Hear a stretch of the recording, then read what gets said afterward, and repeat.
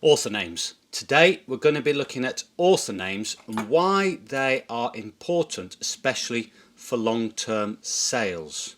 And it may not be for the reason you think. So if you're interested in creating a long-term sustainable business and passive income, then make sure you watch the whole video. Now, if you've not been here before, my name's Marles and I do videos on how to make it, keep it and grow it, and that's your money I'm talking about. And if you do like videos like that, then give it a thumbs up and also hit the subscribe button and make sure you smash that notification bell to receive notifications of when I produce more videos like this. So today we're going to be looking at author names and why they are important for sales, and particularly long-term sales. Now, basically, you've got two main choices. One is to use your own name or a pen name or a brand name, if you like, or the other option is to use a keyword optimized name. Now, what do I mean by that? Well, let's take the example, say, of mileage logbooks. You've produced a mileage logbook and you've come to the author name. Now, some people will say, to get the ranking on Amazon, with the keywords, then use a keyword optimized author name. So for mileage logbooks, this might be something like mileage log notebooks, or mileage logs, or mileage log press, that type of thing. So you're getting a keyword into the author name. And yes, it has been shown that this can help with the ranking of your book on Amazon. The other option is to use a name or a brand name.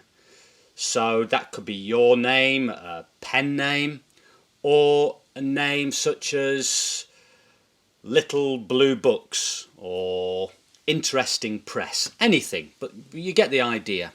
So I've already talked about one of the advantages of using a keyword optimized author name, and that is for your ranking on Amazon. So when people search or put in the search bar your keyword or your targeted keyword, there is that slight increased chance of you ranking high on the first page or even on the first page. Now, if you decide to go with a type of brand name for an author name, it has a number of advantages.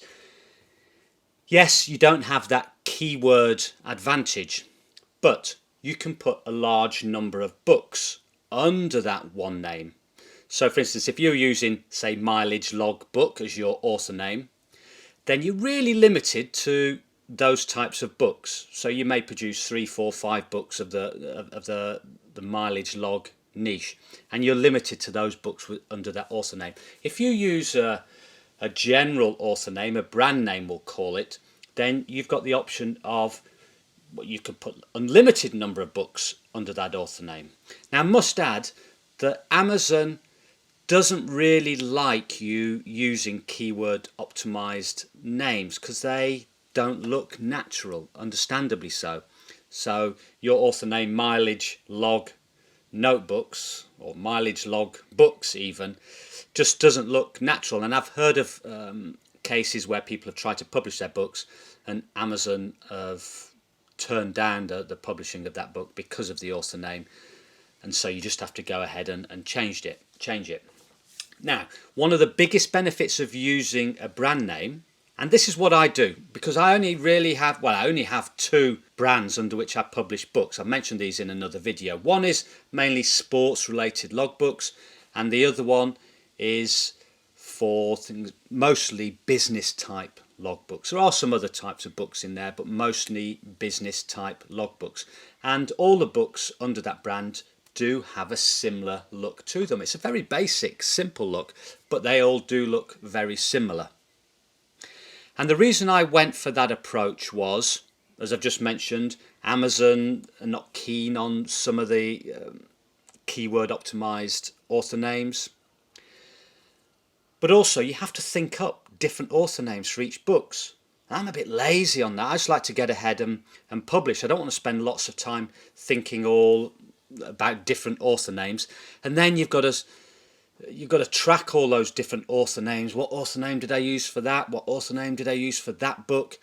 Whereas just sticking to one brand or a couple of brands, it's easy to remember and it's a lot quicker to publish. But this is where the biggest advantage of using a brand name is. And I'm going to show you an illustration to demonstrate this further. Now, there's an author on Amazon called DJ Ape, and he produces a lot of puzzle books, in particular Sudoku books. So if we have a look here, he's got lots of different books, and when you click on his author name, it takes you to an author central page, which if you're sticking to one brand with lots of books, you can create one of these. The difficulty is if you use a keyword optimized name, different author names for lots of different niches, then you'd have to go and set up lots of different author central accounts, and that would be a real pain. Whereas with the one brand name, you could keep all your books under the one brand or under the one author central page. And as you can see, DJ Ape has got lots of different books, and he can put a description, he can interact with potential customers, and overall creating this brand. And also on the author central page, you can put things like blog posts. So that's one of the advantages of using a brand. You can create your own author central page, keep all your books in there so that repeat customers or customers that like your books can come back and have a look at what else you've got to offer, and you've got a good chance of making sales. And this is a good strategy for the long term, because ideally you want to build some sort of a brand that people may become familiar with. Now, what else has DJ Ape done that you can do with a brand author name that you can't do with a keyword optimized name? Well, he's set up a website, djape.net. And I found these by just going to Google and putting DJ Ape. And as we can see here, he's got a basic, simple website. The books are listed here. He's got the categories and probably some tags down here. And it looks like there's probably keyword optimized for different keywords related to his niche. So what would be the advantage of this? Well, you could list all your books in your website with a little bit of a blurb, a little paragraph or two about the books. And the advantage of this is that the website would be indexed by Google. And so when someone goes to Google and searches for certain types of puzzle books or whatever books are in your brand or under your brand, then there's a good chance that they could be found also on Google, and then people will click from your website to your Amazon page and make purchases like that. So you're just spreading your net a bit wider in terms of how your books can be found. And let's have a look what else DJ Ape has done. Well, he's got a Twitter account, so he's talking about all his books under one brand on Twitter. Something else you couldn't do by having multiple keyword optimized names. He's got a Facebook page with all his books listed, and again, you couldn't do that with a keyword optimized author name. So you're creating this brand. You're now got people who could find your books via your website. They could find them via Twitter. They could find them via Facebook. And I will do a further video on the sort of overall marketing strategy of your books.